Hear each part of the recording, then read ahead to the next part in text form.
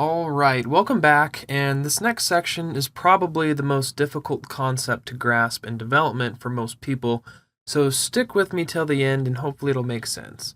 Our goal here is to calculate when our debt kicks in and how much interest we need to pay on the construction loan. So let's start by pulling over our interest rate from the summary tab of 4.75%. Then let's create some labels that are beginning of period loan balance, loan drawn in period, interest, interest pay down, loan payoff, and end of period loan balance. And let's go through these one at a time.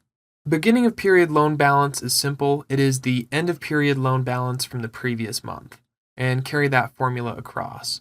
Loan drawn in period will be the development costs less any equity we use to fund them. So you can see here that in this month we run out of equity because the loan kicks in to fund the remainder of the costs, and this continues till development is complete. Next we have interest, which we will accrue on a monthly basis. It is the beginning of period loan balance plus the loan drawn in that period multiplied by the monthly interest rate. I also wrap this with an if statement that says if the project month is greater than the stabilized month, put 0. That is because this calculation will be part of a larger circular reference, and your loan balance will never actually go to a true 0 depending on how many iterations you have enabled. Next is interest paydown, and this is an offset to our interest expense. And how this works is when the property first starts generating cash flow, that cash flow will be used first to pay down the interest accrued in that month, then second, it'll be distributed to the investors. So we will need to pull over any positive NOI before stabilization from the monthly cash flow tab.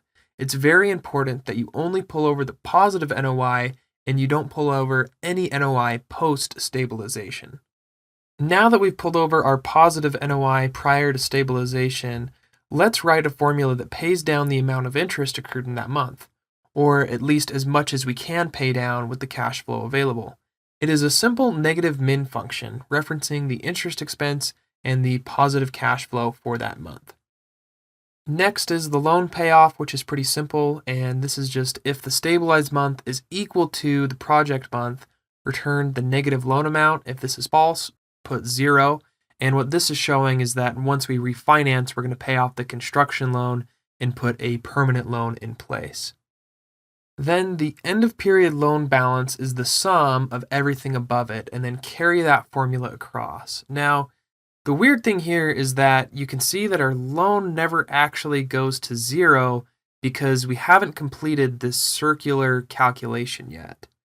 So what we need to do is finish this box over here on the left with some more labels. Let's input the total interest, which is the total amount of interest accrued on the loan, then interest paydown, which is the amount of cash flow used to offset the interest once we are leasing up the property, and then the last is net interest, which is the net of these two numbers, or the sum of these two numbers. This number here is also referred to as capitalized interest. Now, if we plug this into the total financing costs on the budget tab, our calculations we just wrote should start working correctly.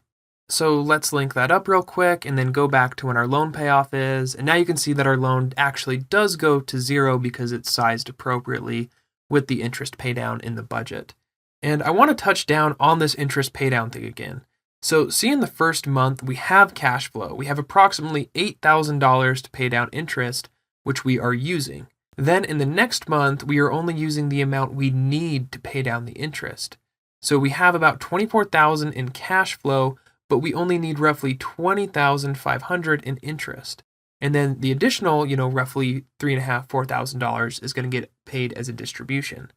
And then this continues until we pay off the loan in September of 2024. And at that point, we're going to refinance the property, which we'll get into later.